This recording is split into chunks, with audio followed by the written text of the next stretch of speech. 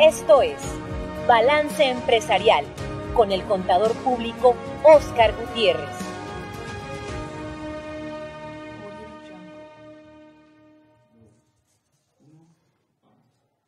Buenos días, hoy viernes como cada semana estamos aquí para tratar temas que tienen que ver con el sector empresarial, pero en general un tema común que a principios de este mes ha causado mucho revuelo, también inquietudes, dudas, y no es porque haya surgido eso en este año. Recordemos que a principio de este año, por ahí una compañía de redes sociales de telefonía amenazaba con modificar su contrato en el que iba a compartir su ubicación, iba a compartir sus mensajes, iba a compartir sus fotografías, y que si usted no estaba de acuerdo podía migrarse a otra red de estas de redes sociales de telefonía. Y bueno, muchos asustados empezaron a emigrarse a otras compañías. Poco tiempo después también surgió la duda y también la inquietud de muchas personas porque tras modificarse la ley de prevención del lavado de dinero por acuerdos internacionales, también incluían para el sector bancario, las cuentas bancarias, y para usted que tiene en su teléfono, en su computadora, manera de hacer transferencias electrónicas, SPACE, como les dicen, el sistema de pagos electrónicos interbancarios, pues una de las situaciones que tenía que hacer era habilitar la geolocalización, y entonces esto ya es obligatorio.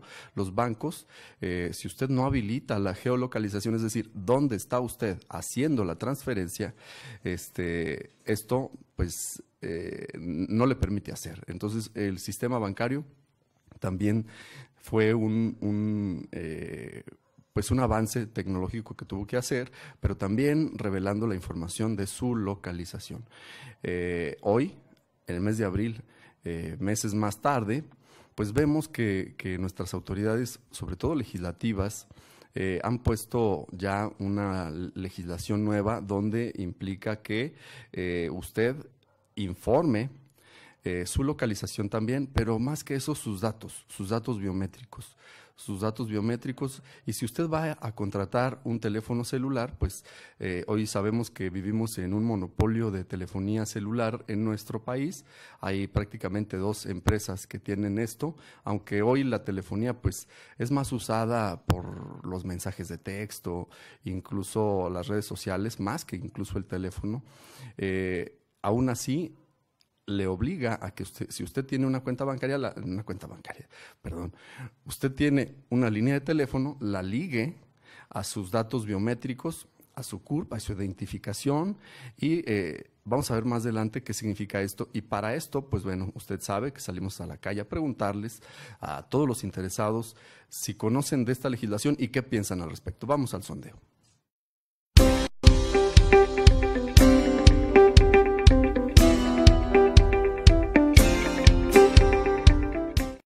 ¿Usted usa teléfono celular? Sí. Sí, ¿no? Sí, uso teléfono celular. ¿Cree usted que por usar teléfono celular debe registrar sus datos, huellas digitales, identificación y hasta el iris de sus ojos para que el gobierno tenga un padrón? No creo que haya necesidad de este proceso. No creo que sea necesario. Son datos personales que no debe de tener una empresa, o más bien el gobierno no tiene necesidad de tener esos datos personales.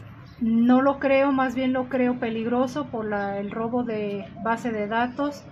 Darían mal uso de nuestras huellas dactilares, del iris, y tendríamos problema de robos y secuestros, se incrementaría más.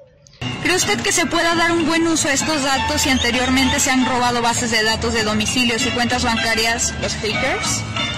Históricamente pues ya ha ocurrido el robo de las bases de datos y comercialización con ellos, y no, pues estoy seguro de que se mal usará esto. No creo que tengan la capacidad para proteger esos datos, y ya ha pasado antes, más van a tener accesibilidad los hackers para poder hacer mal uso de nuestros datos. Se daría mal uso, seguramente, porque a mí me ha tocado que he cambiado de celular y solamente lo he dado a la empresa donde trabajo y el banco donde me depositan la nómina, y a los días me están hablando con llamadas de extorsión. ¿Cree que la delincuencia registre sus datos y entonces puedan dar con los delincuentes de una manera más rápida? Obviamente no, obviamente esto nada más va a aplicar para las personas que no son delincuentes. Los delincuentes sí van a poder librar esto. No creo que el proceso sea más rápido, a pesar de que tengan nuestros datos, porque creo que es muy complicado y no van a tener la seguridad que deberían tener, no están preparados para tener esos datos. No lo creo, porque ellos usan varios números de teléfono que no creo que los vayan a registrar a su nombre, y aparte usan números consecutivos con los que ellos hacen sus llamadas de extorsión. Bien, pues para aclararnos este tema, yo creo que es un tema que necesita ser claro, o sea, entender qué sucede realmente, y para eso hemos decidido invitar este día a nuestro amigo el doctor Domingo Ruiz López, quien es presidente del Ilustre Nacional Colegio de Abogados de México en su capítulo Occidente, quien además es director general de Ruiz Consultores, quien nos acompaña vía telefónica. Domingo, buenos días. Hola, muy buenos días, qué gusto estar escuchando, dialogar contigo y a través de ti, con tu amplio auditorio, a través de sus plataformas. Muchas gracias. Sí, Domingo, pues preguntarte qué significa, qué regula esta ley que ha causado muchas polémicas, que si tenemos que revelar, si no, que si sí se publicó, si no se publicó. Primero, antes de si se publicó o no se publicó, ¿qué es lo que esta ley regula? Si nos pudieras aclarar. Bien, a ver, el tema de la reforma a la ley de telecomunicaciones, lo que está incluyendo es ciertos deberes de información que las compañías que prestan los servicios de telefonía móvil o telefonía celular deben estar recabando. Deben estar recabando para proporcionárselo al Instituto Federal de Telecomunicaciones. Sí. Lo que llama la atención, o lo que ha movido mucho a la reflexión, es que parte de esa información son los datos biométricos de los usuarios. Esto es, no solamente es dar tu nombre completo, no solamente es dar tu domicilio, no solamente es dar tu registro federal de contribuyentes, sino tus datos biométricos, que nosotros que estamos muy familiarizados con la materia fiscal, pues pensamos, es lo que hace el SAT cuando vas a obtener tu firma electrónica, etcétera, te toma tus biométricos, ¿no? El iris, las huellas dactilares, esos son los biométricos, son datos físicos que se relacionan con tu identidad. Esta norma sí fue publicada en el Diario Oficial de la Federación, solamente que establece un plazo de 2 años para tener esta información y proporcionarla, pero ya fue publicada y ya están corriendo estos 2 años. Entonces fue publicada para que entre en vigor con posterioridad. ¿Cuándo, de acuerdo a lo que tú mencionas, entraría en vigor? Fechas exactas, ¿sería en el 2023? ¿Esto sería así? En el 2023 ya entró en vigor, solamente es un plazo para recabar la información. Excelente. Si me permites la comparativa, nosotros que somos fiscalistas, los esquemas reportables entraron en vigor el 1 de enero de 2020, pero la primera obligación de reporte fue en 2021. Haz de cuenta algo similar, es una norma que ya está en vigor, pero que la obligación de proporcionar esta información al Instituto Federal de Telecomunicaciones, pues va a ser hasta dentro de 2 años. Oye, una de las cosas, tú mencionabas, por ejemplo, el Servicio de Administración Tributaria, que es para identificar a una persona, no existen dos con los mismos datos biométricos, rasgos físicos de la cara o el iris. Sin embargo, este tema de registrar los datos biométricos también lo vimos muy avanzado ya cuando el tema de las cuentas bancarias, ligarlos a las cuentas bancarias, que una pensión para poderse pensionar, etcétera. Sin embargo, ahora que mencionas este tema, ¿qué significa? ¿Qué significa registrar tus datos biométricos? ¿Quién va a tener esta información? ¿A dónde va a estar resguardada? Porque entiendo pues que el SAT lo guarda y pues es un tema muy, muy complejo tener acceso a él. Los bancos igual, porque pues tienen sus bóvedas, datos, pero ¿qué significa que registremos en una compañía de teléfono? Ellos tienen que garantizar de cierta manera qué pasa con esta información. Estas dudas que estás planteando, estas preguntas que estás planteando, son precisamente los motivos por los cuales muchos consideramos que se están violando derechos humanos de protección de datos personales, de derecho a la información, etcétera. Porque básicamente de lo que se trata es de lo siguiente. Se puso un capítulo primero bis, artículo 180 bis, 180 ter, etcétera, en la Ley Federal de Telecomunicaciones y Radiodifusión para crear un padrón nacional de usuarios de telefonía. Primer asunto, este padrón de usuarios lo va a administrar el Instituto Federal de Telecomunicaciones. Las instituciones en este país, o la institución en este país, rectora de los datos y la protección de la información, es el Instituto Nacional de Acceso a la Información y Protección de Datos Personales, no el Instituto Federal de Telecomunicaciones, y ahí ya hay un primer problema. El segundo problema es que la norma no dice precisamente cuál es el tratamiento que se le va a dar a esta información. Lo que establece, y otra vez como personas próximas a la materia tributaria, no te va a sorprender, lo que establece es que el instituto expedirá las disposiciones administrativas de carácter general para la operación del padrón de usuarios de telefonía móvil. Me parece que es un tema súper sensible y absolutamente real el temor que se tiene sobre cuál es el tratamiento de la información. Pensemos, ¿qué tan frecuentemente a cualquiera de las personas que nos escuchan les llaman de una compañía celular que no es la de ellos para ofrecerles que se cambien de compañía? ¿Cómo es que tuvieron su número telefónico y su nombre? O con las tarjetas de crédito, ¿no? Que luego te hablan de bancos en los cuales tú no tienes cuentas bancarias y te hablan por tu nombre completo. Sí. A tu número. ¿Por qué? Pues porque las bases de datos que tienen las compañías, pues ahí se las pasan, se las venden, se las roban o lo que suceda, ¿no? Sí, claro, porque tú hablas de un tema a lo mejor que es hasta de cierta manera no tan vulnerable, pero el tema ya de un crédito hipotecario que también, cómo supieron que tenías hipotecada tu casa y cómo otro banco te habla para darte esa información tan sensible, ¿no? De tu ubicación, de tu domicilio. Se dice pues que en este tema de las instituciones a quienes les corresponde hacer un posicionamiento es el Instituto Nacional de Acceso a la Información y Protección de Datos Personales. Muchas personas han estado ya ejerciendo amparos, se ha estado promoviendo incluso por redes sociales machotes de este tema. Este tema de la impugnación, ¿le corresponde a cada uno o habrá algún posicionamiento formal por las instituciones o debería ser? ¿Cuál sería tu comentario? Las dos cosas. Esto es, a ti y a mí como usuarios de la telefonía, nos perjudica la norma, se interpreta que es autoaplicativa, por lo tanto, ahorita está corriendo un primer momento, que son 30 días hábiles, a partir de la publicación. ¿Qué día se publicó?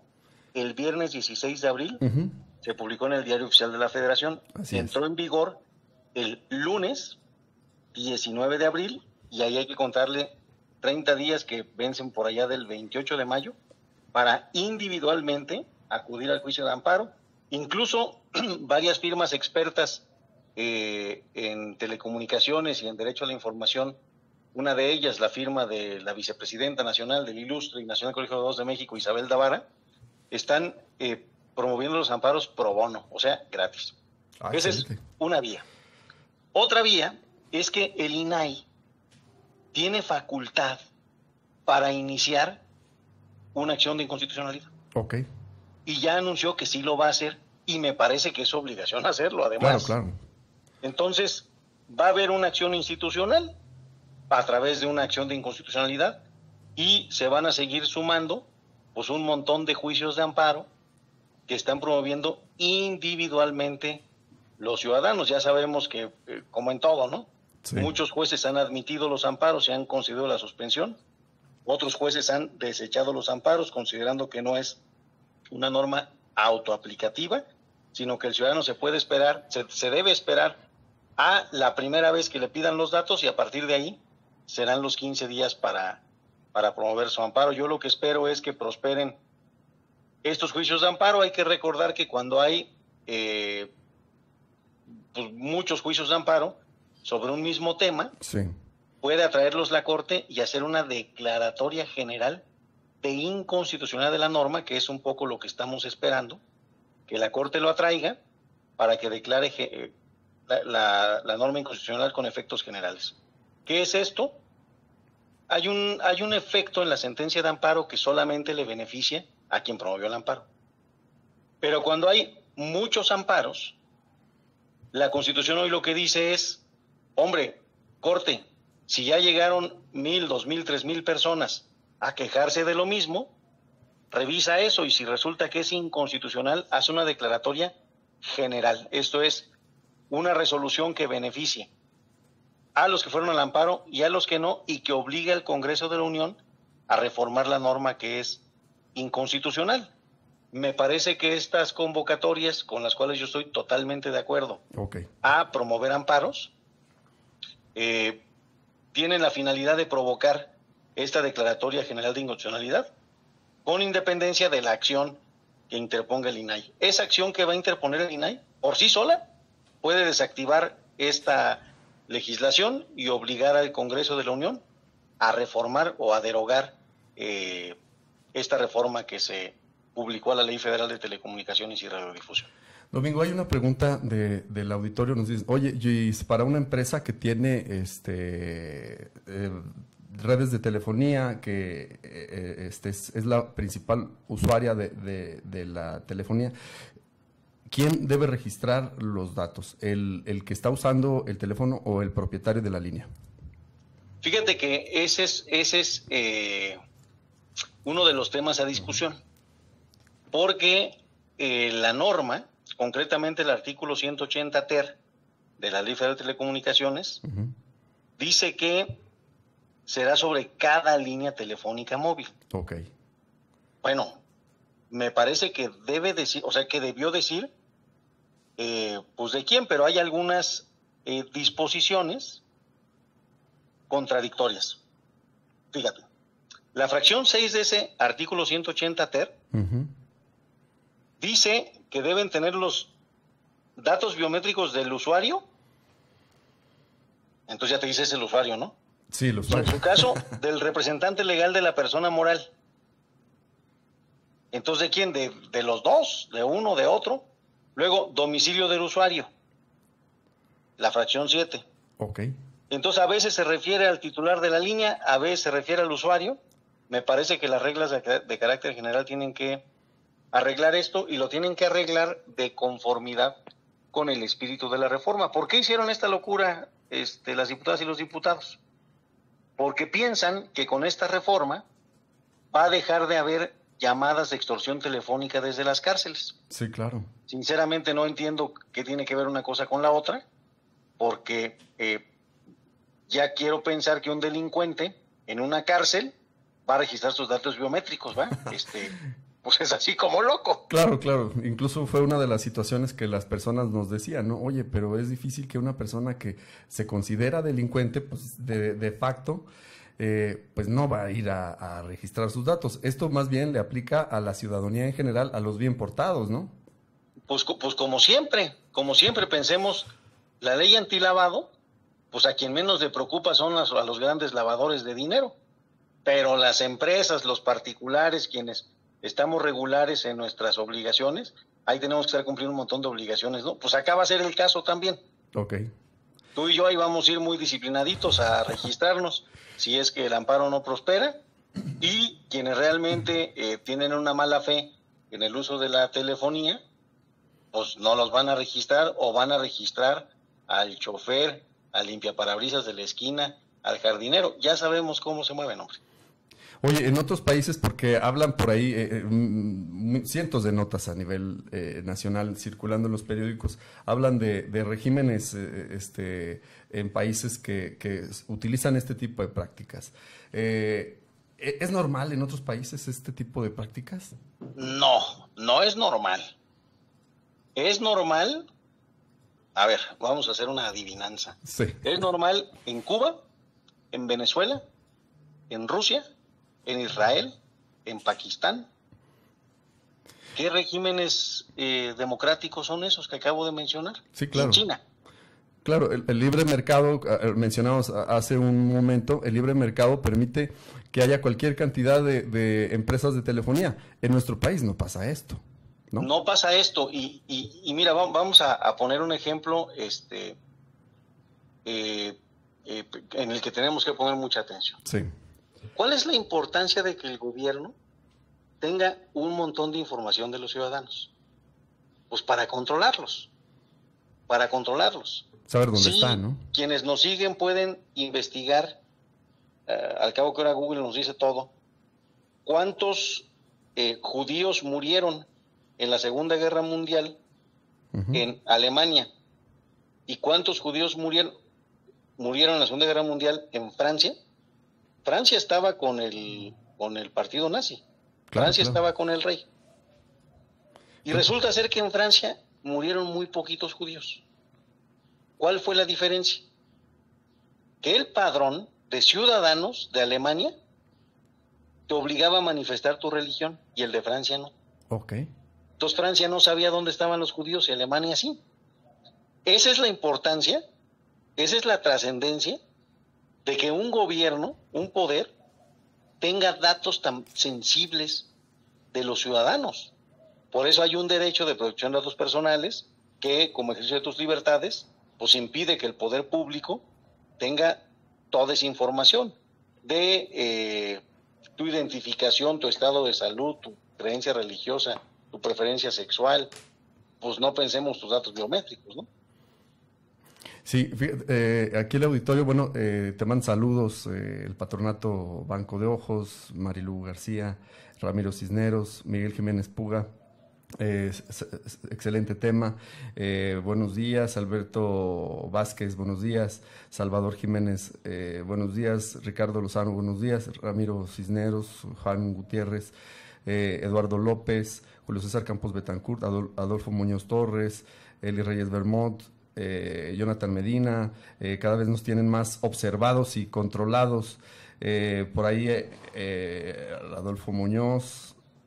Por ahí hay un tema de una pregunta que habla de en la reforma fiscal de este año, el SAT tiene facultad de poder transferir los datos biométricos. ¿Qué opinas? No, es eso. A ver, las reformas que existieron en el Código Fiscal de la Federación para el año 2021 Sí. no habla nada de tratamiento de datos. Los datos biométricos que tiene el SAT, pues forman parte de la información que tiene el SAT. ¿Qué reforma hubo? Al artículo 69 de Código Fiscal, que establece que el SAT puede compartir información con otras autoridades e incluso cuando se trate de una investigación de carácter penal. Okay. Y como habla de manera genérica información, pues es toda. Y si los datos biométricos son información, quiere decir que la puede compartir. Pero esta disposición del 69 tiene muchos años ahí. Lo que se adicionó es que lo puede compartir ahora también con la Fiscalía General de la República. Okay. Esa es la única diferencia para este año. Que no tiene nada que ver, ¿no? Acá estamos hablando de vulnerar porque no queda claro cómo es que tienen que tener resguardada la información y dónde la van a guardar, quién va a usarla y para qué. Es otro tema distinto. Entonces, ¿cuál sería tu recomendación para todos los que nos están escuchando y que los que nos escuchen después? A ver, me parece que es bien importante ejercer nuestros derechos a través del juicio de amparo. Okay. Sí, creo que es bien importante. ¿Se podrían acercar al Ilustre Nacional Colegio de Abogados de México? Sí, con mucho gusto nos pueden contactar y nosotros los vamos a canalizar con este grupo que se armó de profesionales en Derecho a la Información. Sí. que están de manera pro bono integrando juicios de amparo. ¿Podemos compartir tu correo electrónico o algún correo electrónico? Nos lo pones en otro momento para poderlo compartir aquí con los compañeros. Con todo gusto. Pueden escribir a presidencia@incamoccidente.org o seguir las redes sociales del Capítulo Occidente del Ilustre Nacional Colegio de Abogados de México. En Facebook estamos como Capítulo Occidente del Ilustre y Nacional Colegio de Abogados de México. En Twitter estamos como @incamoccidente. En LinkedIn estamos como Capítulo Occidente del Ilustre Nacional Colegio de Abogados de México. Vamos a poner aquí las 3 redes sociales y el contacto que nos acabas de dar. Es muy importante, usted que nos está escuchando, que si siente que en su particular punto de vista no está de acuerdo, ejerza su derecho, porque finalmente de eso se trata el derecho, ¿no? El derecho, y sobre todo ahora que vivimos en esta época garantista de los derechos, y es importantísimo que usted sepa cuáles son. Hoy el presidente del Ilustre Colegio Nacional de Abogados de México, Capítulo Occidente, nos ha dado este mensaje. Y bueno, Domingo, muchísimas gracias por habernos acompañado este día. Estaremos en contacto contigo.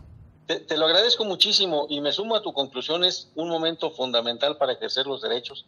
El país está en un momento crítico, tan crítico que el día de ayer Porfirio Muñoz Ledo, diputado de Morena, creó un grupo en defensa de la Constitución y de las instituciones. Bueno. Quiere decir que hasta el propio dentro de Morena tienen claro que hay que hacer cosas en favor de defendernos o el país se va a ir por la alcantarilla. Necesitamos cada vez estar más informados y qué bueno que el Ilustre Nacional Colegio de Abogados de México se acerque a las personas. Y un saludo hasta la Perla Tapatía. Hombre, muchísimas gracias y un saludote de vuelta hasta Aguascalientes, que es uno de los estados que abarca el Capítulo Occidente. El Capítulo Occidente tiene su sede en Guadalajara, pero abarca los estados de Jalisco, Michoacán, Colima, Nayarit, Aguascalientes y Guanajuato. Excelente. A sus órdenes. Muchas gracias, Domingo. Buenos días. Un fuerte abrazo. Un fuerte abrazo. Bueno, pues ya lo escuchó usted. Haga sus conclusiones y acérquese, haga su amparo y, como siempre, pues no se deje haciendo un balance empresarial, pues esto no está de nuestro lado. Muchas gracias, nos vemos el próximo viernes y saludos a los que nos acompañan. No se olvide de seguirnos en nuestras redes sociales y en Spotify. Buenos días.